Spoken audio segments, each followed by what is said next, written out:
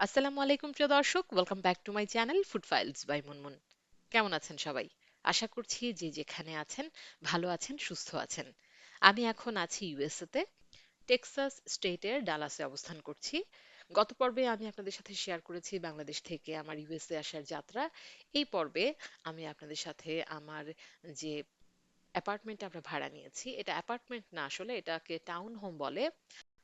ইতিমধ্যে অনেকগুলো অ্যাপার্টমেন্ট আমাদের দেখা হয়ে গেছে। সবগুলো অ্যাপার্টমেন্টের মধ্যে এই টাউন হোমটা আমাদের সবচেয়ে বেশি ভালো লেগেছে, এবং আল্লাহর অশেষ রহমতে আমরা এই টাউন হোমটা পেয়ে গেছি একেবারে ফুল ফার্নিশড। ফুল ফার্নিশড, আমাদের কোনো এক্সট্রা কোনো ফার্নিচার কিনতে হবে না।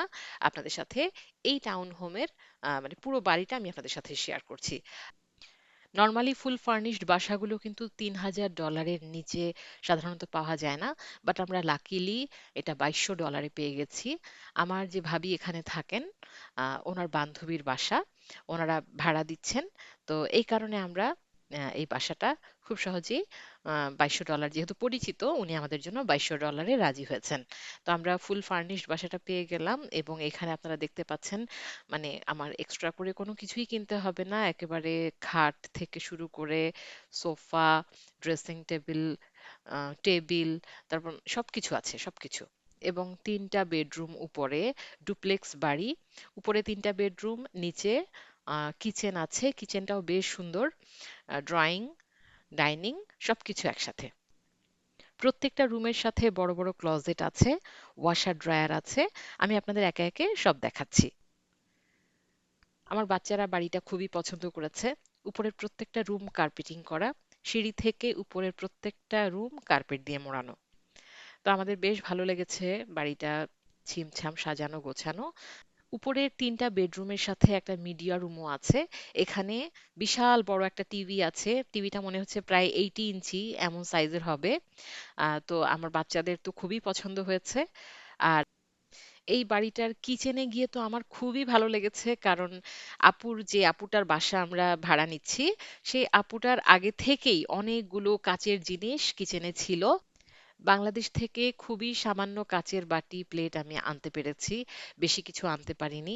সেজন্য আমার মনটাও খারাপ ছিল, কারণ একটা নতুন দেশে এসে আবার নতুন করে সব কিছু কিনতে হবে, এটা চিন্তা করে একটু টেনশন হচ্ছিল। কারণ ইউএস এর মতো একটা দেশে এখনো আমাদের কোনো জব হয়নি, আমাদের মানে খরচের তো শেষ নাই। তো এর মধ্যে আবার এই কাচের জিনিস টিনিস কিনতে হবে, এগুলো চিন্তা করে খুবই টেনশন হচ্ছিল। কিন্তু যখন কিচেনে গিয়ে দেখলাম যে অনেক কাচের জিনিস, এবং আমি ইচ্ছা মতো ইউজ করতে পারবো, আমার যে কি ভালো লেগেছে। মানে সবই আল্লাহর রহমত, আল্লাহর ইচ্ছা। তো আমার খুব ভালো লেগেছে আপু যখন বলল যে আমি ইচ্ছা মতো ইউজ করতে পারবো। তো আমি যখন ইউজ করব এগুলোকে অবশ্যই খুব ভালোভাবে পরিষ্কার করে ধুয়ে মুছে তারপর ইউজ করব, আপনাদের সাথে তখন শেয়ার করব।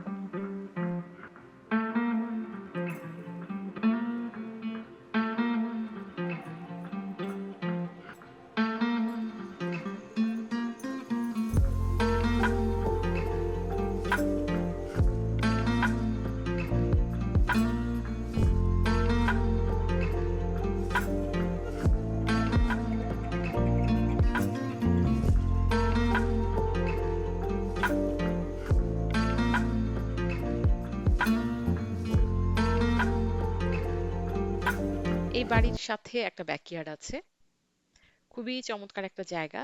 দেখতে পাচ্ছেন আপনারা, ছোট একটা ব্যাকইয়ার্ড, চাইলে গাছ লাগানো যাবে। টব দিয়ে আমরা গাছ লাগাতে পারবো, যেহেতু মাটির অংশ খুব বেশি নেই, সেজন্য টবেই লাগাতে হবে। চাইলে এখানে সুন্দর একটা টেবিল আছে, বসে চা খাওয়া যাবে। এই তো। আর এখন আপনাদের সাথে শেয়ার করব গ্যারেজ।